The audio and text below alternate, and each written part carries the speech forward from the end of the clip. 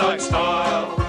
What is the holiday place? It sticks out half a mile. We present a seaside saga of post-war pier perpetuation, written by Harold Snowden and Michael Knowles, starring John Le Mesurier as Arthur Wilson, Ian Lavender as Frank Pike, and Bill Pertwee as Mr. Hodges in... It sticks out half a mile.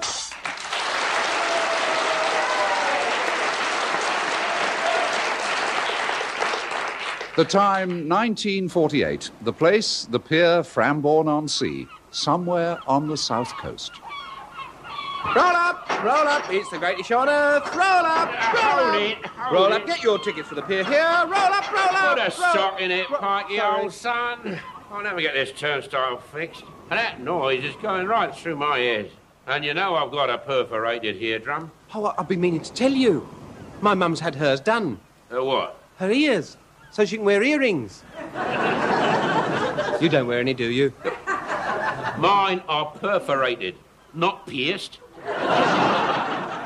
Oh, same thing, isn't it? Oh, blimey. Have you finished yet, Mr. Guthrie? Give me a chance. It's freezing out here. I've lost a feeling in my hands. It's all right for you, all nice and warm in a kiosk. I'm sorry. It's just I'm so excited at the thought of hundreds of people clicking through this turnstile onto the pier. Why you need a turnstile when a pier is still a heap of rubbish beats me. Because the box office is the first thing people see. If we get it all cleaned up and painted, it gives a good impression. Here we are. I think that's done it. Here, shift over a bit. I'm coming into the warm. Nice and cosy in here, isn't it? Morning, Pikey. Oh, there's Mr. Hodges. My day is now complete. Blimey, the pair of you look like Punch and Judy in there. If you think we're funny, you want to stand this side of the glass. Watch it, Guthrie. Hey, hold on, Bert. Don't go through the gates. Come through the turnstile. What? Come through the turnstile. We've just got it fixed. You can christen it. All right, then. Mr. Guthrie, how do I work it? Well, you just press that pedal with your foot, Yeah. and that releases the spring. I'll see it like this. That's it. And you take your foot off the pedal, and it locks it again. Oh, I see. Right, Mr. Hodges, in you come. All right. Gotcha. That'll be 4p, please, or I won't let you in. Oh, don't talk.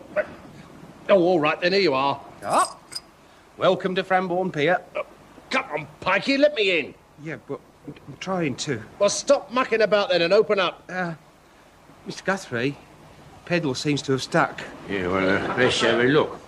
Oh, yeah, so it has. Come on, I haven't got all day. Yeah, there's something wedged under the pedal. Well, shift it then. Don't shout at me. It wasn't my stupid idea. I'm ever so sorry, Bert. I just had to force it. Right, Pike, old son. When I say push, you press the pedal. Right, Mr. Guthrie. And Hodges, you push against the turnstile, OK? OK, just get on with it. Right then. Push. Oh, no, it's stuck halfway. He's got one leg outside. Oh!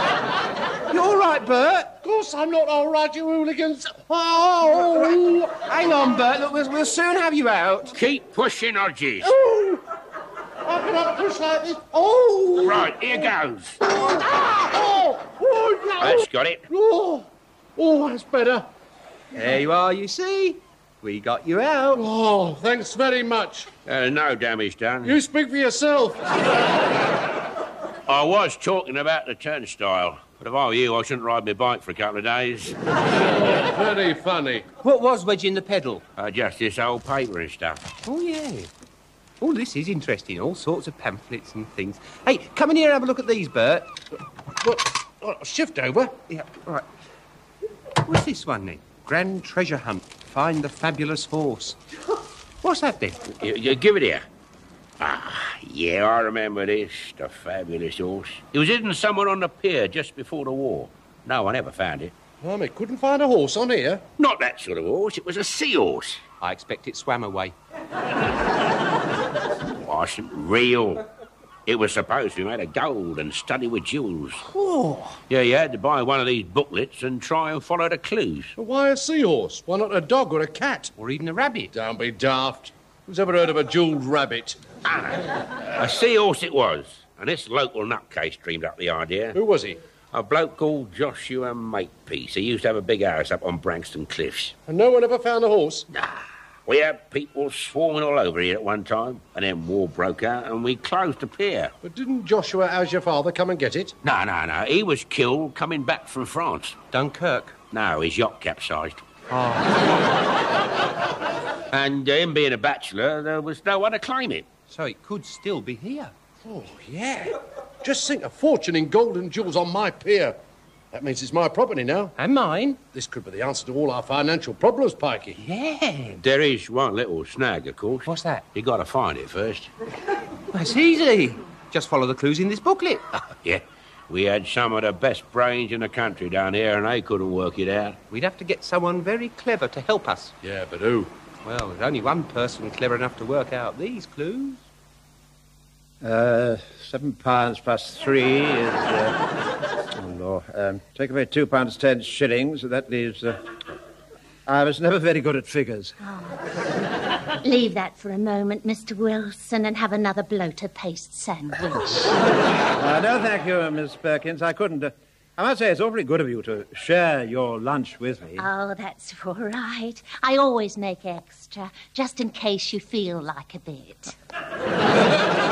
Well, it's very kind of you, but you shouldn't, you know. Will you have a piece of Dundee cake? No, I won't, thanks. I had a few drinks up at the town hall, and I'm feeling a little bit lightheaded, as a matter of fact.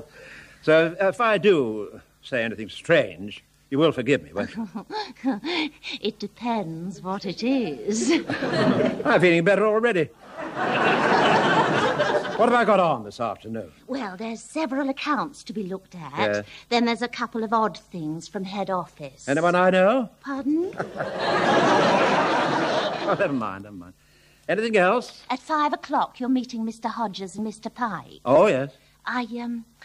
I hope you don't mind my saying this, Mr. Wilson, but they do seem to take up a lot of your time. Well, don't forget, Miss Perkins, the bank has advanced them a lot of money, and it's my job to safeguard the bank's interests. Yes, I know, but if I may make so bold, you do seem to be at their beck and call. Well, Frank's very young, and I'd like to keep an eye on him, you know. Anyway, they only want to talk to me about a horse. Oh, you're not gambling, are you? No,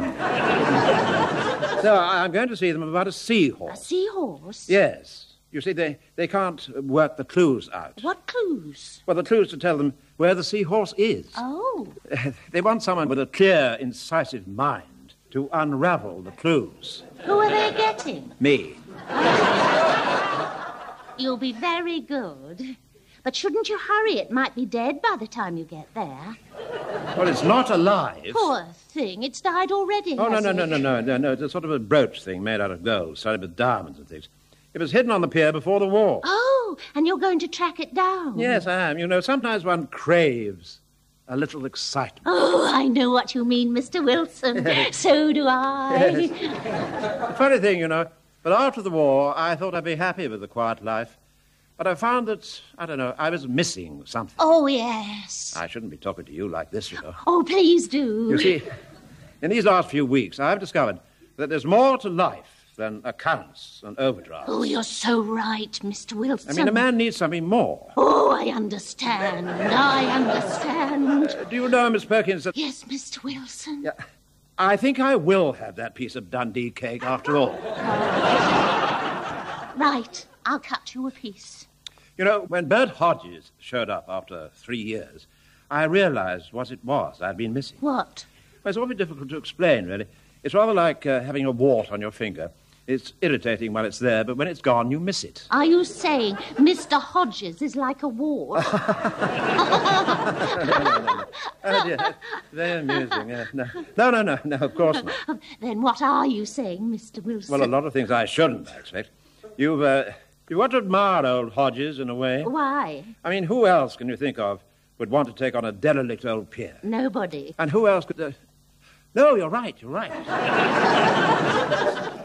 Lord, the banks let them all that money. It's a bit worrying, really. Oh, dear. I think I'll have to put my feet up. Feeling rather drained. That's right, Mr. Wilson. You have a lie down. Yes. On the couch. Yes, that's much better. And now do you know what I'd really like, Miss Perkins? No, Mr. Wilson. A cup of tea to go with the Dundee cake. Oh.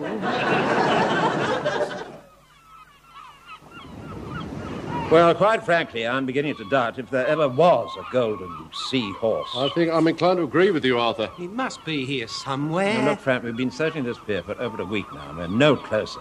I think the whole thing was probably just a hoax. Perhaps we're not reading the clues properly. Well, how else can you read them? Now, listen to this.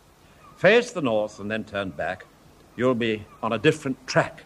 To the south, but not quite east, your eyes should light upon a feast. Well, We ended up outside the Pier Cafe.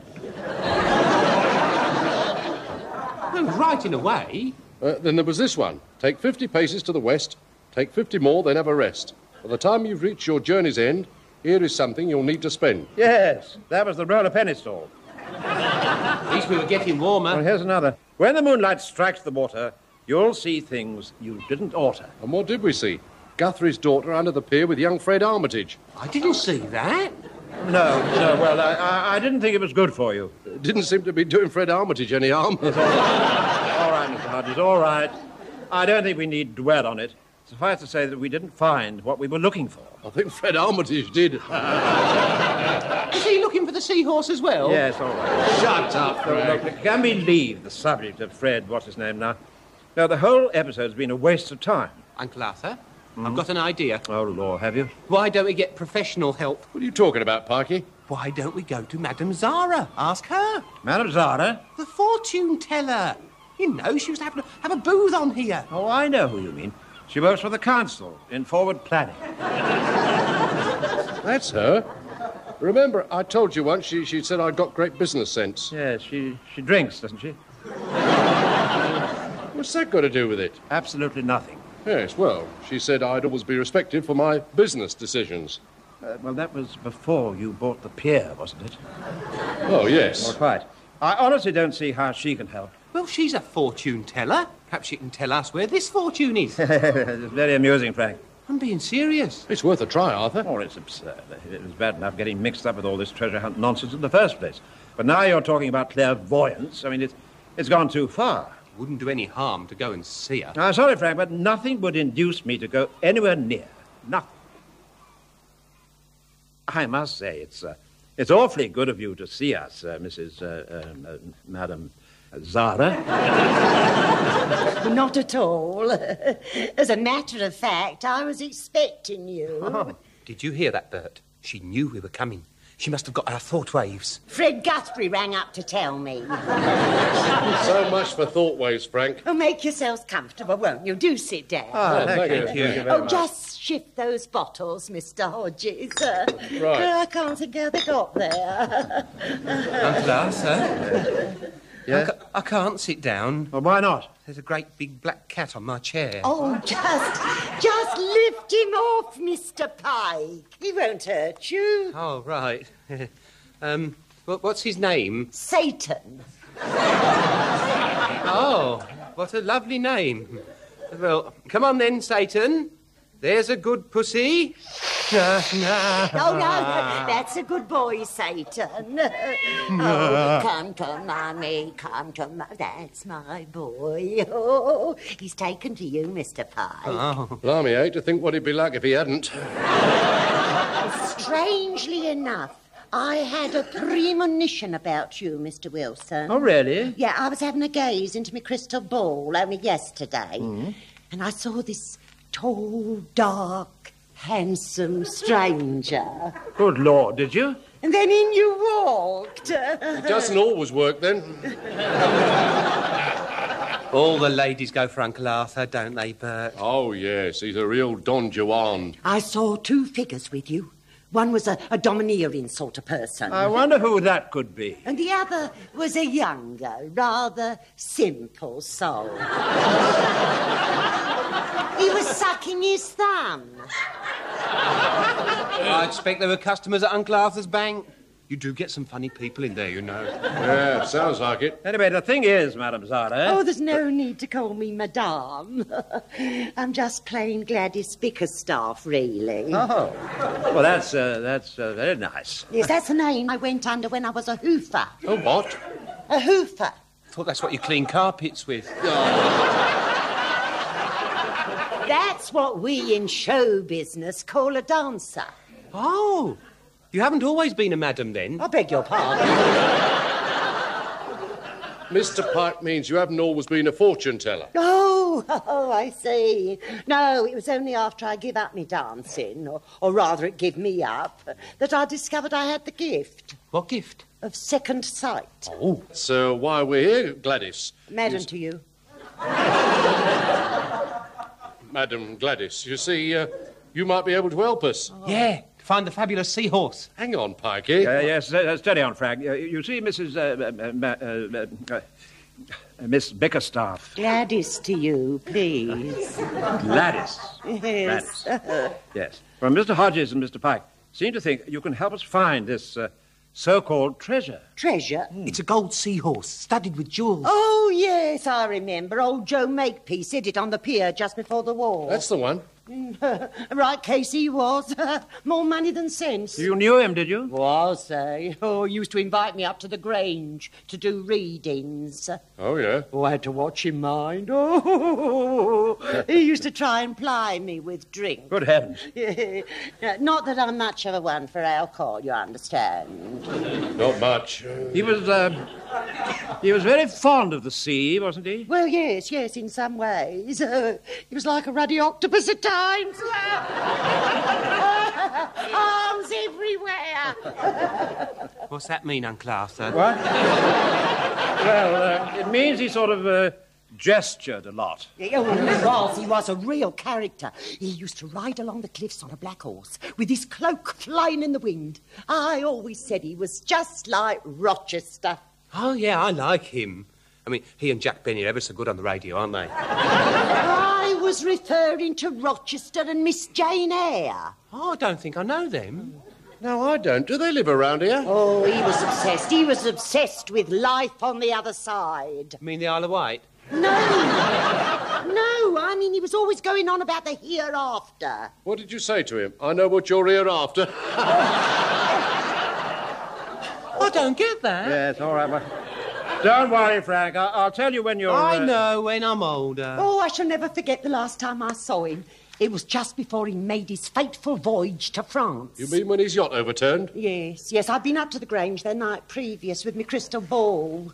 I'd forgotten to take it away with me, so I went back next day to collect it. What did you say? Please, can I have my ball back? Frank! I'm sorry. Oh, anyway, while I was there, he asked me to read the cards for him as well. And what I saw revealed that he was headed for a watery grave. Do you know what it was? A straight flush? No! The Black Knave. Upside down. Good heavens. 3 days later, he was drowned. Oh, but I'm digressing. So, you think his gold seahorse could still be there? Well, yes. And now, how can I help? You could look into your crystal ball. Well, it's not quite as simple as that, dear. Anyway, supposing we did find it, what would be my cut? Your cut? Piece of the action. What action is this? Madam means how much would we cut her in for? What percentage? Oh, I see. Well, the bank's currently paying 2.5%, so should we say 3%? 25. I beg your pardon? 25. That's a bit steep, isn't it? Take it or leave it. Well, I suppose we'd better take it, Arthur. Yes, well, I'll have to think about that, you know. Oh, I mean, good. after That's all- settled then. 25%. Oh, Mr. Wilson, I do hate talking business. Do you know, I really have to force myself. Yes. Yes. I can see it doesn't come easily to you. I'll tell you what. I'll just get my ball out and we'll have a little preliminary look, shall we? Oh, yes. Mr. Pike, Yes? would you take Satan for a minute while I get my ball? Oh, yeah, all right then. Here we are, Satan. Go to your friend. there. Settle down now with Mr. Pike. Oh, that's a good pussy. Oh, you know, it's astonishing the way he's taken to you. Right, here we are. One crystal ball. Would you mind switching the overhead light off, Mr. Hodges? Righto. Oh, Mr. Wilson, could you move the mother's ruin for me? What? Oh, yes, of course. Yeah, oh, you see, I sometimes have a glass of an evening. Oh, purely medicinal, you course. know. Doctor's orders, Yes, you see. I wonder which doctor that is, Gordon's or Booth. Now, let's see what is in the bowl. Oh, yes. Ooh, All the things I've seen in here. Can you really look into the future? Oh, yes. You couldn't see when sweet rationing's coming och, could you? Shut up, Mikey. I only wanted to know. What can you see now? I can see water. I can't see anything. And stretching out over the water, I see something long, made of wood. A fishing rod? Oh, it's the pier. Sorry? Oh, hey, yes. Yes, I can see it now. Oh, look. There's something crawling along it. It's black with yellow slit eyes. If you get closer to the ball, you can see it. Look. All right, Frank, all right. Now, calm down, for heaven's sake. It was only the reflection of the cat. You must have squashed him when you leant forward. Its claws went right into my leg. There.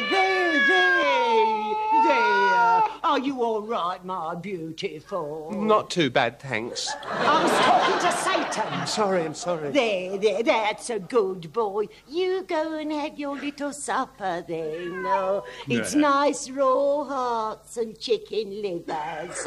Oh, he loves his offal, you know. Oh, yes, I can imagine. Oh, no, it's no good. I'm afraid that's really shattered the mood. Anyway, I don't somehow think this is the right approach. Well, I'm sorry if we wasted your time. Hold on. How about if we left you the booklet with all the clues to study, then perhaps you could come down to the pier and do your stuff. I would hardly call it doing my stuff. Mr. Hodges means calling up the spirit. I don't have anything to do with spirits. Not unless they're in a bottle. Pardon? Well, if you don't want the job, we can always get some other crank, a fortune teller, to share the treasure with. Shh. Listen, don't be too hasty about this. Perhaps if I was to study the clues, it might give me a lead. And then what we could do is this. Now, listen. Well, Mr. Guthrie, tonight's the night. Is it? There's a full moon. Well, I can see that. I'm not blind. You know what that means, don't you? You're going to turn into a werewolf. Of course not. Madame Zara's coming. The pubs haven't shut yet, have they? I shouldn't be out in this night air. It's bad for my chest. You should rub some goose grease on it. That's what my mum does when I've got a bad chest. I wonder what that smell was. Anyway, why is Gladys Bickerstaff honouring us with her presence? She thinks she knows where the seahorse is probably hidden. What's that got to do with a full moon? Well, it's in the clues, you see. Well, I hope it's not going to take too long. I want to get home in time to listen to Paul Temple. Oh, they're coming now. Hello, Uncle Arthur. Hello, Frank. Mr. Guthrie. Hey, Mr. Wilson. All right, Frank? Yes, thanks, Bert. Evening all. Oh, hello, Fred. Hello, Glad. So, you're all going to be rich, are you? As soon as we find the fabulous seahorse. No, Frank, don't get too excited. I can't help it, Uncle Arthur. I can't help it. Right, now then, Gladys, this is the Crooked House. So I see. You said all the clues pointed to here. Yes, that's right, as also my readings would indicate. And what have you been reading, Glad? Not the teacup. Oh, now, Fred. Oh, dear. Only hope I can get the right vibrations. So do I. Yes. I think I'm getting the vibrations. Must be the loose plank. Shut up, Guthrie. Yes. It's coming to me now. Mr. Wilson, would you come here close to me? Read me the final clue. Well, do I have to? Yes. I mean, it's awfully public, isn't it? Oh, yes. You've got the right kind of voice. Uncle Arthur's got a lovely speaking voice, hasn't he? Just like Alvar Liddell. Well, it's all right if you like that kind of thing. He's a bit too far for me. Go on, Uncle, read the clue. Go on. Very well. When the sun has run its race and the moon comes full to take its place, it will chart a crooked course, at the end of which you'll find the horse. That's it! Is it? The full moon behind the crooked house casts a crooked shadow. Of course. At the end of that shadow, you'll find the treasure. Yeah. Look at the shadow, look. Come on, quick. Let's swallow it. Oh, come on, Uncle Arthur. Yes, all right, Frank. I'm coming. Don't fuss. Don't walk there, Frank. You're going right across the shadow. We can't see where it's going. Sorry. Hey, look. I can see it. Already? Where? If you look between the floorboards. Under the pier, you can see it glinting. Let's have a look. Hold on. Yes, there is something. It's a brooch. Yes. Just a minute. It's fastened to a coat. And there's somebody in the coat. Good Lord, so there is. And there's somebody fastened to the somebody in the coat. Hey, that's Fred Armitage again. What stamina. Who is he with, then? Blimey, it's Guthrie's daughter. Don't look, Frank, please. Why not, Uncle? Why not? Yeah, what's that? Here, let me have a look. Blimey. Martita? Is that you? Martita? Wait till I get you home, my girl. She told me she was going to a shorthand class. Well, I think she was taking something down. Does that mean, Uncle Oh, Arthur? not now, Frank. For heaven's sake, not now. We should never have sent her to that convent school. Come on, we're supposed to be looking for the seahorse. Yeah, come on. We must be at the end of the shadow now. Yeah, must be. Isn't it exciting? Yes, we're nearly... Look out! Blimey. Well, have you found it? Found what? The seals. No, but we nearly found ourselves at the sea. We've run out of pier, Gladys. This is the bit that was blown up. Oh, no. Where does the shadow finish then? Right there, in the sea, between the two bits of the pier. Oh, bang goes my percentage. So how are we going to find the fabulous seahorse? Can't you do anything, Madame Zara? I'm afraid astronomy's not my field, dear. Astronomy? Yes, we're going to have to buy ourselves a good telescope. What do you mean, Bert? Because our fantabulous seahorse is up there in the stars, mate. It must have been blown to bits in 1939.